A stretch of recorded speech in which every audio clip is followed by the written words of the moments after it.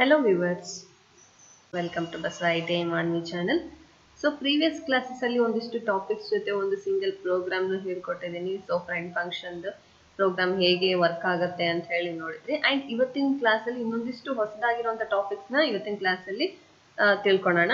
And ಇನ್ನು ನಮ್ಮ channel ನ ಸಬ್ಸ್ಕ್ರೈಬ್ ಆಗಿಲ್ಲ ಅಂದ್ರೆ ಸಬ್ಸ್ಕ್ರೈಬ್ ಆಗಿ ಪಕ್ಕದಲ್ಲಿ ಕಾಣ್ತಿರೋ ಬೆಲ್ ಐಕನ್ ನ ಕ್ಲಿಕ್ ಮಾಡಿ, ಲೈಕ್ ಮಾಡಿ, ಹಾಗೆ ಶೇರ್ ಮಾಡಿ.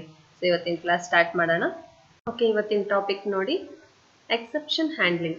So what is exception handling ಅನ್ನೋ ಒಂದು ಡೆಫಿನೇಷನ್ ತಿಳ್ಕೊಳ್ಳೋಣ. ಫಸ್ಟ್ ಆಗಿ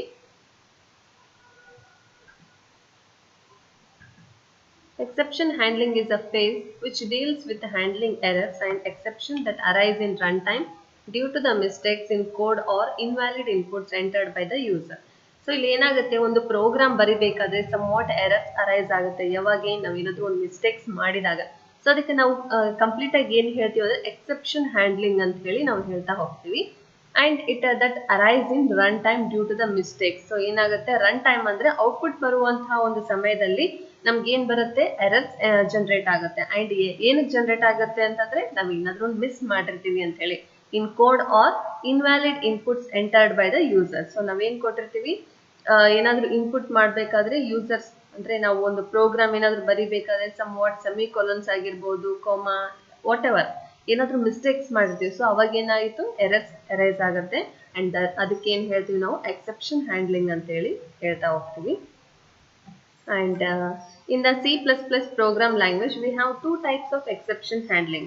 So ನೋಡಬಹುದು ಇಲ್ಲಿ two types of exception ಇದೆ and subtypes ಇದಾವೆ. ಯಾವ್ಯಾವ ಅಂದ್ರೆ run time exception handling, compile time exception handling. So ನೋಡಬಹುದು what is run time, what is compile. So already ಗೊತ್ತಿರುತ್ತೆ, ಪ್ರೋಗ್ರಾಮ್ ಅಲ್ಲಿ ನಾವ್ ಏನ್ ಬರ್ದಿರ್ತೀವಲ್ಲ, ನಾ ಇಲ್ಲಿವರೆಗೆ ಏನೇನ್ ಹೇಳ್ತಾ ಬಂದಿದೆ. ಸೊ ಪ್ರೋಗ್ರಾಮ್ ಹೇಗೆ ರನ್ ಮಾಡ್ಬೇಕು ಅಂತ ಹೇಳಿ ನೋಡ್ತಿದ್ವಿ. ರನ್ ಹಾಗೆ ಕಂಪೈಲ್ಗೂ ಏನ್ ಡಿಫ್ರೆನ್ಸ್ ಅಂತಂದ್ರೆ, ಸೊ ನಾವು ರನ್ ಅನ್ನೋದು ಏನ್ ಮಾಡ್ತೀವಿ, ಕಂಪ್ಲೀಟ್ ಆಗಿ F11 ಅಂತ ಹೇಳಿ ಪ್ರೆಸ್ ಮಾಡ್ತೀವಿ, ಬಟನ್ ಆಗಿರ್ಬೋದು, ಅಥವಾ ಎಕ್ಸಿಕ್ಯೂಷನ್ ಅಲ್ಲಿ ಹೋಗ್ಬಿಟ್ಟು ಕಂಪೈಲ್ ಅಂಡ್ ರನ್ ಅಂತ ಬೋತ್ ಎರಡು ಆಪ್ಷನ್ಸ್ ಇವೆ. ಸೊ ಪ್ರೋಗ್ರಾಮ್ ಮಾಡ್ಬೇಕಾದ್ರೆ ಅಬ್ಸರ್ವ್ ಮಾಡ್ತಾ ಇರ್ಬೇಕು. ಅಂಡ್ ಅಲ್ಲಿ ಏನಾಗುತ್ತೆ, ರನ್ ಅಂತಂದ್ರೆ ಏನಾಗುತ್ತೆ, ಏನು ಅಲ್ಲಿ ಚೆಕ್ ಮಾಡ್ಲಾರ್ದೆ, ಸೊ ಅಂದ್ರೆ ಒಂದು ನಾವೆಲ್ಲ ಪ್ರೋಗ್ರಾಮ್ ನ ಇನ್ಪುಟ್ ಕೊಟ್ಮೇಲೆ ಏನಾಗುತ್ತೆ, ನಾವು ಇಮಿಡಿಯೇಟ್ ಏನ್ ಮಾಡ್ತೀವಿ, F11 ನ ಕ್ಲಿಕ್ ಮಾಡ್ತೀವಿ. ಬಟ್ ಹಾಗಲ್ಲ, ಕಂಪೈಲ್ ಹಾಗಲ್ಲ. ಅಲ್ಲಿ ಏನ್ ಮಾಡುತ್ತೆ, ನಾವು F11 ಕ್ಲಿಕ್ ಮಾಡಿದ್ರು ಸಹಿತ ಏನಾಗುತ್ತೆ, ಸೊ ಕಂಪ್ಲೀಟ್ ಅನ್ನೋದು ಕಂಪೈಲ್ ಟೈಮ್ ಅನ್ನೋದು ಒಂದು ಏನಾಗುತ್ತೆ, ಕ್ಲಿಕ್ ಮಾಡ್ಬಿಟ್ರೆ ಅಲ್ಲಿ ಸಮ್ ವಾಟ್ ಎರರ್ಸ್ ಇದ್ರು ಅಲ್ಲಿ ಎರೈಸ್ ಆಗ್ಬಿಟ್ಟು ನಮ್ಗೆ ಔಟ್ಪುಟ್ ಜನರೇಟ್ ಮಾಡುತ್ತೆ. ಸೊ ಅದಕ್ಕೆ ರನ್ ಟೈಮ್ ಅಂದ್ರೆ ಕಂಪೈಲ್ ಅಂದ್ರೆ ಅಷ್ಟೇ ಡಿಫ್ರೆನ್ಸ್ ಇರುತ್ತೆ. ಸೊ ರನ್ ಟೈಮ್ ಅನ್ನೋದು ಇಮಿಡಿಯೇಟ್ ಆಗಿ ಏನಾಗುತ್ತೆ, ಸೊ ನಮ್ಗೆ ಔಟ್ಪುಟ್ ಬರುತ್ತೆ, ಅಲ್ಲಿ ಏನಾದ್ರು ಮಿಸ್ಟೇಕ್ಸ್ ಇದ್ರೆ ಸೊ ಎರರ್ಸ್ ಅಂತ ಹೇಳಿ ಕಾಣುತ್ತೆ. ಬಟ್ ಕಂಪೈಲ್ ಹಾಗಲ್ಲ, ಸಮ್ ವಾಟ್ ಚಿಕ್ಕ ಮಿಸ್ಟೇಕ್ಸ್ ಇದ್ರು, ಓನ್ಲಿ ಚಿಕ್ಕ ಮಿಸ್ಟೇಕ್ಸ್ ಮಾತ್ರ ಏನಾಗುತ್ತೆ, ಇದು ಕಂಪೈಲ್ ಮಾಡ್ಬಿಟ್ಟು ನಮ್ಗೆ ಔಟ್ಪುಟ್ ಜನರೇಟ್ ಮಾಡುತ್ತೆ. ಅಂಡ್ ಒಂದು ಪ್ರೋಗ್ರಾಮ್ ನೋಡೋಣ ಯಾವ ರೀತಿ ಇದೆ ಅಂತ ಹೇಳಿ ಗೊತ್ತಾಗ್ತಾ ಹೋಗುತ್ತೆ ನಿಮ್ಗೆ. ಪ್ರೋಗ್ರಾಮ್ ಸ್ಟಾರ್ಟ್ ಮಾಡೋಣ. ಸೊ ಎಕ್ಸೆಪ್ಷನ್ ಹ್ಯಾಂಡ್ಲಿಂಗ್ ಮೇಲೆ ಒಂದು ಪ್ರೋಗ್ರಾಮ್ ಯಾವ ರೀತಿ ಇರುತ್ತೆ ಅಂತ ಹೇಳಿ ನೋಡೋಣ. So as usual header section ಬರೀತೀವಿ. ಸೊ ಇದನ್ನ ಯಾವತ್ತೂ ಮರಿಬಾರ್ದು. ಹೆಡರ್ ಸೆಕ್ಷನ್ ಏನಿರುತ್ತೆ, IO string input. Okay, so ಇಲ್ಲಿ ಏನ್ ಮಾಡ್ತೀವಿ, IO ಸ್ಟ್ರಿಂಗ್ ನ ನಾವು ಇನ್ಪುಟ್ ಮಾಡ್ತೀವಿ ಅಂದ್ರೆ #include IO string. So next, using namespace std semicolon. Next ನೋಡೋಣ, int main open close parentheses. Okay, so next enter ಆದ ತಕ್ಷಣ ಏನ್ ಕೊಡ್ಬೇಕು, open flag bracket. So enter. Next ಇಲ್ಲಿ ಏನ್ ಮಾಡ್ತೀವಿ, ನಾವು ವೇರಿಯಬಲ್ಸ್ ನ ಡಿಕ್ಲೇರ್ ಮಾಡ್ತಾ ಇದೀವಿ. ಏನಂತ, ಇಂಟಿಜರ್ ತಗೊಂತಾ ಇದೀನಿ ನಾನು, x = 1 semicolon. So next try open flag bracket enter. So next count ಅಂತ ಹೇಳಿ ತಗೊಂತಾ ಇದೀನಿ. ಸೊ ಕೌಂಟ್ ಅನ್ನೋದು ಏನ್ ಮಾಡ್ತಾ ಇದೀನಿ, ಡಬಲ್ ಕೊಟೇಶನ್ ಹಾಕ್ಬಿಟ್ಟು ಇಲ್ಲಿ ಒಂದು ಸ್ಟೇಟ್ಮೆಂಟ್ ಕೊಡ್ತಾ ಇದೀನಿ. ಏನಂತ, ಟ್ರೈ ಬ್ಲಾಕ್ ಅಂತ ಹೇಳಿ ಕೊಡ್ತಾ ಇದೀನಿ. So try block double quotation close. Okay, so double quotation close ಮಾಡೋಕ್ಕಿಂತ ಮುಂಚೆ ನಾವು ಕೊಲನ್ ಅಂತ ಹೇಳಿ ಹಾಕಬೇಕು. ಸೊ ಕೊಲನ್ ಹಾಕಿದ್ರೆ ಏನಾಗುತ್ತೆ, ಸ್ಟೆಪ್ ಬೈ ಸ್ಟೆಪ್ ಬರ್ಲಿಕ್ಕೆ ನಾವು ಏನ್ ಮಾಡ್ತೀವಿ, ಕೊಲನ್ ನ ಯೂಸ್ ಮಾಡ್ತೀವಿ. And end list. Okay, so ಇಲ್ಲಿಗೆ ಏನಾಯ್ತು, ಎಂಡ್ ಲಿಸ್ಟ್ ಆಯ್ತು. ನಾವು ಇಫ್ ಕಂಡೀಷನ್ ನಾನು ಇಲ್ಲಿ ಆಡ್ ಮಾಡ್ತಾ ಇದ್ದೀನಿ. If X greater, okay, lesser 6, okay, lesser than 10 ಅಂತ ಹೇಳಿ ಹಾಕಿದೀವಿ. ಅಂಡ್ ಇವಾಗ enter. Next open flag bracket. So again immediate ನಾವೇನ್ ಮಾಡ್ತೀವಿ, ಫ್ಲಾಗ್ ಬ್ರಾಕೆಟ್ಸ್ ನ ಓಪನ್ ಮಾಡ್ತೀವಿ ಇಫ್ ಆದ ತಕ್ಷಣ. ಸೊ ಇಲ್ಲಿ ಏನು ಕೊಡ್ತಾ ಇದ್ದೀನಿ, ಥ್ರೋ ಡಬಲ್ ಕೊಟೇಶನ್ ABC ಎಲ್ಲ ಕ್ಯಾಪಿಟಲ್ ಲೆಟರ್ಸ್ ಅಲ್ಲಿ ಕೊಡ್ತಾ ಇದ್ದೀನಿ ನಾನು. ಓಕೆ, ಸೊ ABC ಅಂತ ಕೊಟ್ಟು semicolon. So next close flap bracket already mention ಆಗಿದೆ, ಇಲ್ಲಿ ಬೈ ಡಿಫಾಲ್ಟ್ ಬಂದ್ಬಿಡುತ್ತೆ ಒಂದ್ಸರಿ ಓಪನ್ ಮಾಡಿದ್ರೆ. So next again one more ಬ್ರಾಕೆಟ್ನ ಕ್ಲೋಸ್ ಮಾಡೋಣ and enter. So total 2 close ಆಯಿತು. ಇವಾಗ ಕ್ಯಾಚ್ ಸ್ಟೇಟ್ಮೆಂಟ್ ಹಾಕೋಣ. So catch open common bracket int x close common bracket. Okay, so enter. Open flap bracket. So catch ಆದ ತಕ್ಷಣ ಮತ್ತೆ ಏನು ಮಾಡ್ತಾ ಇದೀವಿ ನಾವು, ಓಪನ್ ಬ್ರಾಕೆಟ್ ಹಾಕ್ತಾ ಇದೀವಿ. Greater symbol double quotation catch, catch block, catch block ಅಂತೇಳಿ ಹಾಕ್ಬಿಟ್ಟು colon N double quotation already ಬಂದ್ಬಿಟ್ಟಿದೆ and end list. So end list ಅಂದರೆ ಎಂಡ್ ಎಲ್ ಅಂತೇಳಿ ಅರ್ಥ. So enter. Okay, so count ಆಯಿತು. ಇವಾಗ ಏನು ಮಾಡೋಣ, ಇಂಟ್ ಇಲ್ಲಿ ಏನಾಯಿತು ನೋಡಿ, ಇಲ್ಲಿ ಸ್ವಲ್ಪ ಮಿಸ್ಟೇಕ್ ಆಗಿದೆ. ಓಕೆ, ಸೊ ಮಿಸ್ಟೇಕ್ಸ್ ನೋಡ್ತಾ ಇರಬೇಕು, ಇಲ್ಲಾಂದ್ರೆ ಏನಾಗುತ್ತೆ ಔಟ್ಪುಟ್ಸ್ ಬರಲ್ಲ, ನಮಗೆ ಎರರ್ಸ್ ಬರ್ತಾ ಹೋಗ್ತವೆ. ಓಕೆ, ಸೊ ಫ್ಲಾಪ್ ಬ್ರಾಕೆಟ್ ಏನಾಯಿತು, ಕೌಂಟ್ ಆದ ತಕ್ಷಣ ಫ್ಲಾಪ್ ಬ್ರಾಕೆಟ್ ಕ್ಲೋಸ್ ಆಯಿತು. ಇವಾಗ ಏನು ಮಾಡ್ತಾ ಇದ್ದೀನಿ ನಾನು, ಕ್ಯಾಚ್ ಸ್ಟೇಟ್ಮೆಂಟ್ನ ಹಾಕ್ತಾ ಇದ್ದೀನಿ. So what is catch statement ಅಂದರೆ ಏನು ಅಂತಂದರೆ ನೋಡ್ಬೋದು, catch open common bracket. So common bracket ಹಾಕ್ಬಿಟ್ಟು ಇಲ್ಲಿ ಜಸ್ಟ್ ನಾನು ಏನು ಮಾಡ್ತಾ ಇದ್ದೀನಿ, ಸ್ಟೇಟ್ಮೆಂಟ್ ಏನು ಮೆನ್ಷನ್ ಮಾಡ್ದೇನೆ ಜಸ್ಟ್ ಡಾಟ್ ಇಡ್ತಾ ಇದ್ದೀನಿ and enter. Open flap bracket. So catch ಆದ ತಕ್ಷಣ ಓಪನ್ ಫ್ಲಾಪ್ ಬ್ರಾಕೆಟ್. ಇಲ್ಲಿ ಲಾಸ್ಟ್ ಕನ್ಕ್ಲೂಷನ್ ಕೊಡ್ತಾ ಇದ್ದೀವಿ, ಏನಂತ ಗ್ರೇಟರ್ ಸಿಂಬಲ್ ಹಾಕಿ ಡಬಲ್ ಕೊಟೇಶನ್ ಡಿಫಾಲ್ಟ್. ಏನು ಕೊಡ್ತಾ ಇದ್ದೀವಿ, default exception, default exception double quotation close lesser symbol and list semicolon. So next close flap bracket. Okay, so flap bracket close ಆದ ತಕ್ಷಣ immediate ಏನು ಮಾಡ್ತಾ ಇದ್ದೀವಿ, return 0 semicolon close flap bracket. again complete close ಮಾಡಬೇಕು. So ನೋಡ್ಬೋದು ಇಲ್ಲಿ ಎಷ್ಟೊಂದು flap brackets arise ಆಗಿದೆ, ಹೌದಾ? ಹಾಗಾಗಿ ನೋಡ್ಬೋದು ಇಲ್ಲಿ int x equal to 1 try, ಅದಾದಮೇಲೆ ಕೌಂಟ್ ಹಾಕಿದ್ದೀನಿ. ಕೌಂಟಲ್ಲಿ ನಾನು ಏನು ಕೊಟ್ಟಿದ್ದೀನಿ, ಟ್ರೈ ಬ್ಲಾಕ್ ಅಂತ ಹೇಳ್ಕೊಟ್ಟಿದ್ದೀನಿ. ಇಫ್ ಕಂಡೀಷನ್ ಆ್ಯಡ್ ಮಾಡಿದ್ದೀನಿ ಆ್ಯಂಡ್ ಥ್ರೋ ABC ಅಂದರೆ ಔಟ್ಪುಟ್ಟಲ್ಲಿ ನಮಗೆ ಅದೇ ಥರ ಬರಲಿ ಅಂತೇಳಿ ಅರ್ಥ. ಸೊ ನೋಡಿದ್ರಲ್ಲ, ಇದು ಕಂಟ್ರೋಲ್ S ಮಾಡ್ತಾ ಇದ್ದೀನಿ. ಕಂಟ್ರೋಲ್ S ಮಾಡಿ ಡೆಸ್ಕ್ಟಾಪಲ್ಲಿ ಏನಂತ ಸೇವ್ ಮಾಡಬೇಕು, ಎಕ್ಸೆಪ್ಷನ್ ಹ್ಯಾಂಡ್ಲಿಂಗ್. ಬಿಕಾಸ್ ಒಂದು ಟಾಪಿಕ್ ಏನಿದೆ ಅದರ ಹೆಸರಲ್ಲೇ ಕೊಟ್ಟರೆ ಏನಾಗುತ್ತೆ, ನಮಗೆ ನೆಕ್ಸ್ಟ್ ಟೈಮ್ ಯಾವಾಗಾದ್ರೂ ಓಪನ್ ಮಾಡಲಿಕ್ಕೆ ಈಸಿ ಆಗುತ್ತೆ. So exception handling CPP. ಇವಾಗ ಏನು ಮಾಡೋಣ, ಎಕ್ಸಿಕ್ಯೂಟಲ್ಲಿ ಹೋಗ್ಬಿಟ್ಟು ಕಂಪೈಲ್ ಆ್ಯಂಡ್ ರನ್. ಓಕೆ, ಏನಾದರೂ ಎರರ್ಸ್ ಇದ್ರೆ ತೋರಿಸುತ್ತೆ. ಓಕೆ, ಕ್ಯಾಚ್ ಅಂತೇಳಿ ಇಲ್ಲಿ ಏನು ಮಿಸ್ಟೇಕ್ ಆಗಿದೆ, ಕ್ಯಾಚ್.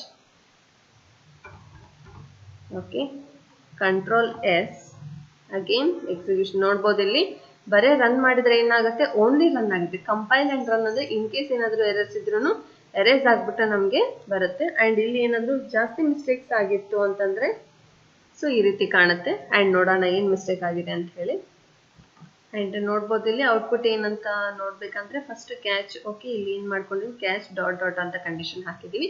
ಇವಾಗ ಎಕ್ಸಿಕ್ಯೂಟಲ್ಲಿ ಹೋಗ್ಬಿಟ್ಟು compile and run. Okay, output ಬರುತ್ತೆ, ನೋಡೋಣ. ಇಲ್ಲ ಎರರ್ಸ್ ಏನು, ಓಕೆ ಔಟ್ಪುಟ್ ಬಂದಿದೆ. Try block default exception. So what is this try block ಅಂದರೆ ಏನು, what is this default exception? Code ಅಂತ ಹೇಳಿ ಹೇಳ್ತೀವಿ ನಾವು. ಇದನ್ನ ಒಂದು ಕೋಡ್ ಆಗಿ ಜನರೇಟ್ ಮಾಡಿದ್ದೀವಿ. ನಮಗೆ ಇದೇ ರೀತಿಯಾಗಿ ಕೋಡ್ ಬರಬೇಕು ಔಟ್ಪುಟ್ ಅಲ್ಲಿ ಅಂತ ಹೇಳಿ ನಾನು ಈ ರೀತಿ ಕೊಟ್ಟಿದ್ದೀನಿ ಸ್ಟೇಟ್ಮೆಂಟ್ ಪ್ರಕಾರ. ಸೊ ಇಲ್ಲಿ ಏನು ಕೊಟ್ಟಿದ್ದೀವಿ, try block default exception. So ನಾನು ಇಲ್ಲಿ ಏನು ಕೊಡ್ತೀನಿ, ಕೌಂಟಲ್ಲಿ ಏನೇನು ಕೊಟ್ಟಿರ್ತೀವಿ ಅದೇ ನಮಗೆ ಔಟ್ಪುಟ್ ಅಲ್ಲಿ ತೋರಿಸುತ್ತೆ. ಸೊ ನೋಡಿದ್ರಲ್ಲ ಔಟ್ಪುಟ್ ಯಾವ ರೀತಿ ಬಂದಿದೆ ಅಂತ ಹೇಳಿ. ಓಕೆ, ಸೊ ಒಂದು ಪ್ರೋಗ್ರಾಮ್ ಇದೇ ರೀತಿ ಔಟ್ಪುಟ್ ಬರುತ್ತೆ. ಅದಕ್ಕಿಂತ ಮುಂಚೆ ಸಮ್ವಾಟ್ ಎರರ್ಸ್ ಬರ್ತವೆ, ಇಲ್ಲ ಅಂತ ಹೇಳಲ್ಲ. ಅದನ್ನ ಕ್ಲೀನ್ ಮಾಡೋದೇ ಪ್ರೋಗ್ರಾಮರ್ ಕೆಲಸ. ಅಂದರೆ ನಾವು ಒಂದು ಯೂಸರ್ ಆಗ್ಬಿಟ್ಟು ನಾವು ಹೇಗೆ ಕ್ಲೀನ್ ಮಾಡ್ತೀವಿ ಪ್ರೋಗ್ರಾಮ್ನ ಅನ್ನೋದೇ ನಮಗೊಂದು ಬಿಗ್ ಟಾಸ್ಕ್ ಆಗಿರುತ್ತೆ.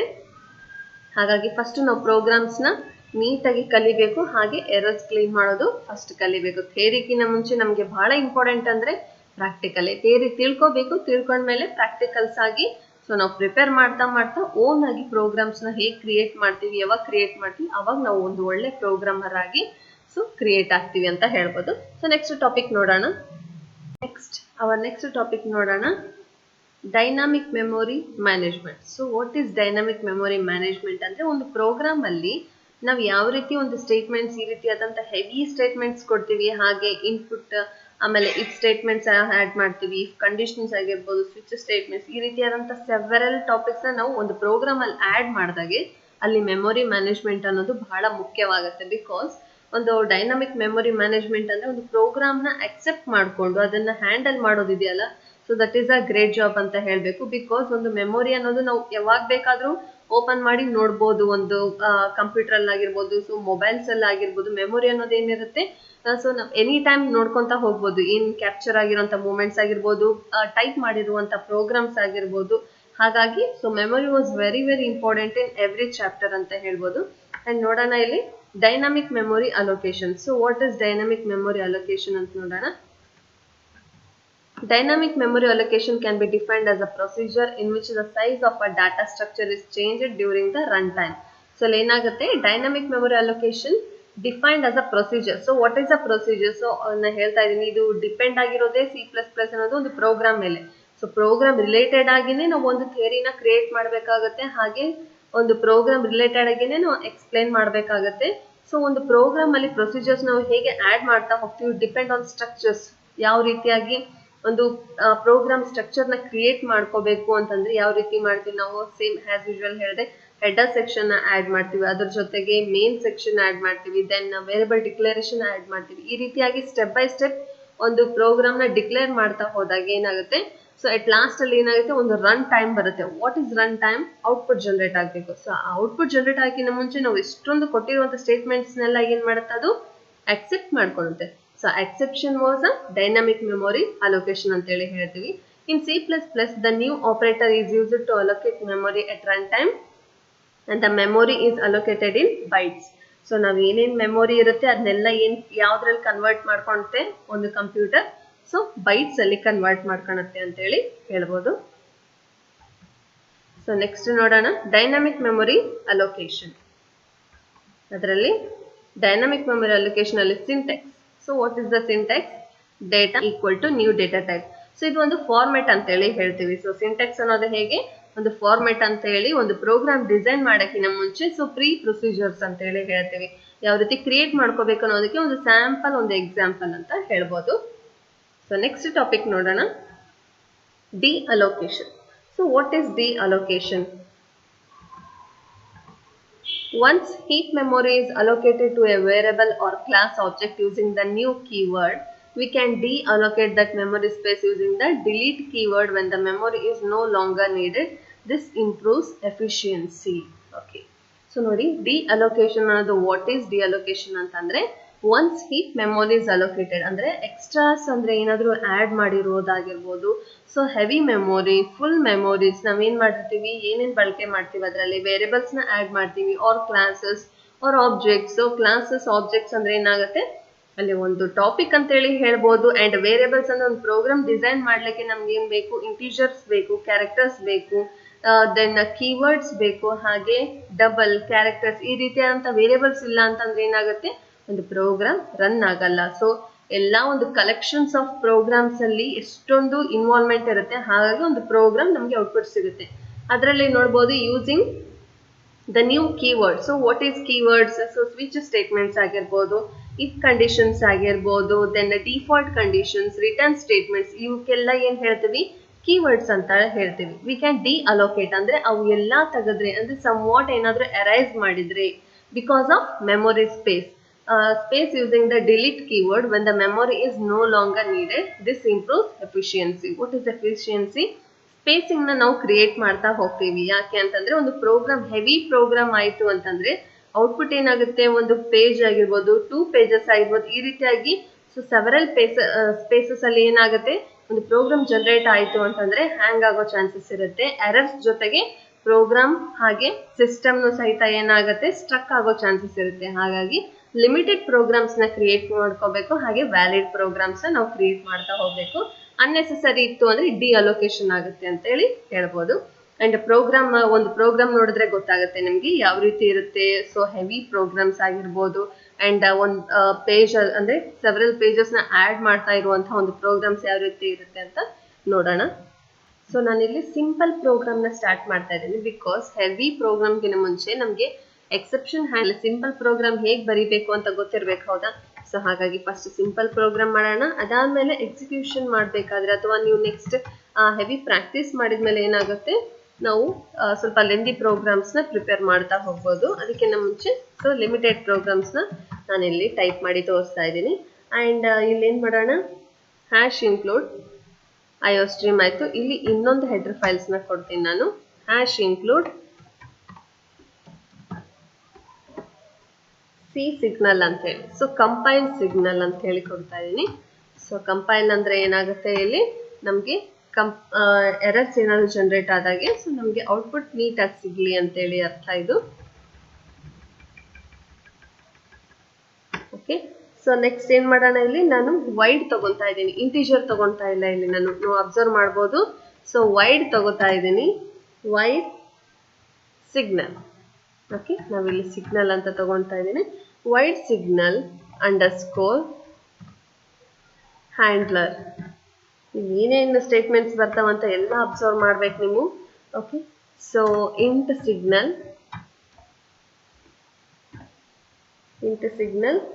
ಅಂಡರ್ಸ್ಕೋರ್ ನಮ್. ಇಲ್ಲೇನು ನಮ್ನ ನಾವು ಆಡ್ ಮಾಡ್ತಾ ಇದ್ದೀವಿ. ಅಂಡ್ ಇವಾಗ ಏನ್ ಮಾಡ್ಬೇಕು, ಫ್ಲಾಗ್ ಬ್ರಾಕೆಟ್ ಓಪನ್ ಆದ ತಕ್ಷಣ ಕೌಂಟ್ ಅಂದ್ರೆ ಕೌಂಟ್ ಅಲ್ಲಿ ಗ್ರೇಟರ್ ಸಿಂಬಲ್ ಡಬಲ್ ಕೊಟೇಶನ್. ಇಲ್ಲಿ ಏನ್ ಮಾಡ್ತಾ ಇದ್ದೀನಿ, the interrupt. Okay, so the interrupt signal is, ಇಲ್ಲಿ ಏನ್ ಮಾಡೋಣ, open common bracket double quotation greater symbol signal underscore ನಮ್. ಸೊ ಇಲ್ಲಿ ಮತ್ತೆ ಅಗೇನ್ ಏನ್ ಮಾಡೋಣ, ಲೆಸರ್ ದೆನ್ ಸಿಂಬಲ್ ಹಾಕ್ಬಿಟ್ಟು double quotation close common bracket dot N close double quotation semicolon. Total ಎಷ್ಟು, 4 ಡಬಲ್ ಕೊಟೇಶನ್ಸ್ ಇದೆ, ಅಂದ್ರೆ 2 ಓಪನ್ 2 ಕ್ಲೋಸ್ ಅಂತ ಹೇಳಿ ಅರ್ಥ. ಸೊ ಇವಾಗ ಏನ್ ಮಾಡೋಣ, ಇಲ್ಲಿ ಎಕ್ಸಿಟ್ ಮಾಡ್ಬಿಡೋಣ ಸಿಗ್ನಲ್ನ. Exit signal underscore num. Okay, next ಇಲ್ಲಿ ಬ್ಯಾಕ್ ಸ್ಪೇಸ್ ಅಲ್ಲಿ ಸೆಮಿಕೊಲನ್ ಹಾಕಿಲ್ಲ. So next close flag bracket. ಇಲ್ಲಿ ಏನ್ ಮಾಡ್ತಾ ಇದ್ದೀನಿ ನಾನು, ಕ್ಲೋಸ್ ಫ್ಲಾಗ್ ಬ್ರಾಕೆಟ್ ಹಾಕಿದ್ದೀನಿ. ಅಂಡ್ ಇಂಟ್ ಮೇನ್ ಕಂಡೀಷನ್ ಹೋಗ್ಬಿಡೋಣ. ಓಕೆ, ಇಂಟ್ ಮೇನ್ ಆದ ತಕ್ಷಣ ಇಮಿಡಿಯೇಟ್ ನಮಗೆ ಫ್ಲಾಗ್ ಬ್ರಾಕೆಟ್ ಬೇಕು. ಇಲ್ಲಿ ಏನ್ ಮಾಡೋಣ, signal open common bracket signal ARB ಅಂತಂದ್ರೆ ಅಟ್ರಿಬ್ಯೂಟ್ ಅಂತ ಹೇಳಿ ಹೇಳ್ತೀವಿ. SIG ಅಂತಂದ್ರೆ signal. Okay, ABRT attribute space comma. Okay, so space ಬೇಡ. ಇಲ್ಲಿ ಏನ್ ಮಾಡ್ತಾ ಇದ್ದೀನಿ, signal. Okay, so signal handler close common bracket semicolon. So next ಇದಾದ್ಮೇಲೆ ಅಗೇನ್ ಮತ್ತೆ ಇಲ್ಲಿ ಏನ್ ಕಂಡೀಷನ್ಸ್ ಅಪ್ಲೈ ಮಾಡ್ತಾ ಇದೀವಿ, ಅಗೇನ್ ಟ್ರೂ ಕಂಡೀಷನ್ ಅಪ್ಲೈ ಮಾಡ್ತಾ ಇದೀವಿ. Okay, true condition and enter. ಇವಾಗ ಏನ್ ಮಾಡೋಣ, ಕೌಂಟ್. ಎಟ್ ಲಾಸ್ಟ್ ಅಲ್ಲಿ ಏನ್ ಮಾಡ್ತಾ ಇದೀವಿ, ಸೊ ಕನ್ಕ್ಲೂಷನ್ ಆಗಿ ಏನ್ ಆಡ್ ಮಾಡಬೇಕು, ವೆಲ್ಕಮ್ ಟು ಅಂತ ಹೇಳಿ ನಾನು ಜಸ್ಟ್ ಒಂದು ಮೆಸೇಜ್ ಹಾಕ್ತಾ ಇದ್ದೀನಿ. Welcome to C++ programming language. Okay, so ಇಲ್ಲಿ ಏನು ಅಪ್ಲೈ ಮಾಡ್ತಾ ಇದ್ದೀನಿ ನಾನು, welcome to C++ programming language ಅಂತ ಹೇಳಿ ಹಾಕಿ double quotation greater symbol end list. ಇಲ್ಲಿಗೆ ಎಂಡ್ ಆಗಲಿ ಅಂತ ಹೇಳಿ ಅರ್ಥ. Next return 0 semicolon. ಸೊ ಇಷ್ಟೇನಾಯ್ತು, ಒಂದು ಪ್ರೋಗ್ರಾಮ್ ಕಂಪ್ಲೀಟ್ ಆಯ್ತು. ಅಂಡ್ ಇಲ್ಲಿ ಏನ್ ಮಾಡೋಣ, ಫ್ಲಾಗ್ ಬ್ರಾಕೆಟ್ಸ್ ಎಕ್ಸ್ಟ್ರಾ ಓಪನ್ ಆಗಿರ್ತವೆ. Okay, close flag bracket. ಇಲ್ಲಿಗೆ ಏನಾಯ್ತು, ಪ್ರೋಗ್ರಾಮ್ ಕಂಪ್ಲೀಟ್ ಆಯ್ತು. ಸೊ ಇದಿಷ್ಟು ನೋಡಿದ್ರಲ್ಲ ಪ್ರೋಗ್ರಾಮ್ ಯಾವ ರೀತಿ ಅಂತ ಹೇಳಿ. ಸಿಂಪಲ್ ಪ್ರೋಗ್ರಾಮೇ, ಬಟ್ ಸ್ವಲ್ಪ ಕಾಂಪ್ಲಿಕೇಶನ್ಸ್ ಅನ್ಸುತ್ತೆ, ಇಲ್ಲ ಅಂತ ಹೇಳಲ್ಲ. ಹೆವಿ ಪ್ರಾಕ್ಟೀಸ್ ಮಾಡ್ತಾ ಹೋದ್ರೆ ನಿಮಗೆ ಈಸಿ ಆಗ್ತಾ ಹೋಗುತ್ತೆ. ಆ್ಯಂಡ್ ನಾವು ಏನಂತ ಸೇವ್ ಮಾಡೋಣ. So what is this question was exception handling ಮುಗೀತು. ಆ್ಯಂಡ್ ಇಲ್ಲಿ ಅಲೋಕೇಶನ್ ಅಂತ ಹೇಳಿ ಹಾಕ್ತಾ ಇದ್ದೀನಿ ನಾನು, ಅಲೋಕೇಶನ್. ಆ್ಯಂಡ್ ಇವಾಗ ಏನು ಮಾಡೋಣ, ರನ್ ಮಾಡೋಣ. ಏನಾದರೂ ಎರರ್ಸ್ ಬಂದರೆ ನೋಡೋಣ. ಓಕೆ, ಯೂಸಿಂಗ್ ನೇಮ್ ಸ್ಪೇಸ್, ಇಲ್ಲಿ ಏನು ಮಾಡಿದ್ದೀನಿ, ನೇಮ್ ಸ್ಪೇಸಲ್ಲಿ ಈ ಮಿಸ್ ಮಾಡಿದ್ದೀನಿ. ಆ್ಯಂಡ್ ಕಂಟ್ರೋಲ್ ಎಸ್ ಆ್ಯಂಡ್ ಎಕ್ಸಿಕ್ಯೂಷನಲ್ಲಿ ಕಂಪೈಲ್ ಆ್ಯಂಡ್ ರನ್. ಓಕೆ, ಹೀಗೆ ಬರುತ್ತೆ, ಎರರ್ಸ್ ಬರುತ್ತೆ. ಓಕೆ, ಸೊ ನೋಡ್ಬೋದು ಇಲ್ಲಿ ನೋಡಿ ತೆಗಿ ಬರ್ತಾ ಇದ್ದಾವೆ. ಇದಕ್ಕೆ ಹೇಳೋದು ಎರರ್ಸ್ ಹ್ಯಾಂಡ್ಲಿಂಗ್ ಅಂತೇಳಿ ಹೇಳ್ತೀವಿ. ಕಂಟಿನ್ಯೂಸ್ ಹೀಗೆ ಬರ್ತಾ ಹೋಗುತ್ತೆ. ಸೊ ಹೀಗೆ ಎರರ್ಸ್ ಬರಬಾರ್ದು ಅಂದರೆ ಕಂಟಿನ್ಯೂಸ್ ಪ್ರೋಗ್ರಾಮ್ಸಲ್ಲಿ ಹೀಗೆ ಆದರೆ ಸ್ಟ್ರಕ್ ಆಗೋ ಚಾನ್ಸಸ್ ಇರುತ್ತೆ ಅಂತೇಳಿ ಹೇಳ್ತೀವಿ. ಓಕೆ, ಸೊ ನೆಕ್ಸ್ಟ್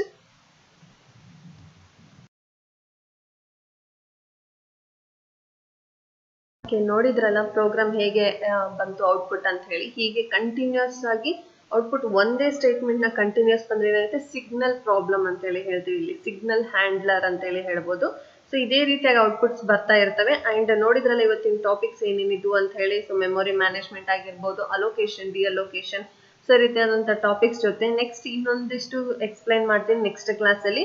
ಆ್ಯಂಡ್ ಅಲ್ಲಿವರೆಗೂ ಪ್ರೋಗ್ರಾಮ್ಸ್ ಪ್ರಾಕ್ಟೀಸ್ ಮಾಡ್ತಾ ಇರಿ. ಸೊ ಪ್ರೋಗ್ರಾಮ್ಸ್ ಬಹಳ ಇಂಪಾರ್ಟೆಂಟ್ ಎಕ್ಸಾಮ್ಗೆ. ಆ್ಯಂಡ್ ಇಂಪಾರ್ಟೆಂಟ್ ಕ್ವಶನ್ಸ್ ಏನು ಅಂತಂದರೆ, ಸೊ C++ ಅಲ್ಲಿ ಎಲ್ಲಾನು ಇಂಪಾರ್ಟೆಂಟ್ ಕ್ವಶನ್ಸೇ. ಆದರೆ ಲಾಸ್ಟ್ ಕ್ಲಾಸಲ್ಲಿ ಅಂದರೆ ಇದೆಲ್ಲ ಥಿಯರಿ ಕಂಪ್ಲೀಟ್ ಆಗಿ ದೆನ್ ಪ್ರೋಗ್ರಾಮ್ಸ್ ಕಂಪ್ಲೀಟ್ ಆದಮೇಲೆ ನಾನು MCQ ಕ್ವಶನ್ಸ್ ನಿಮ್ಮ ಹತ್ರ ಶೇರ್ ಮಾಡ್ತಾ ಹೋಗ್ತೀನಿ. So until then keep watching. Thank you.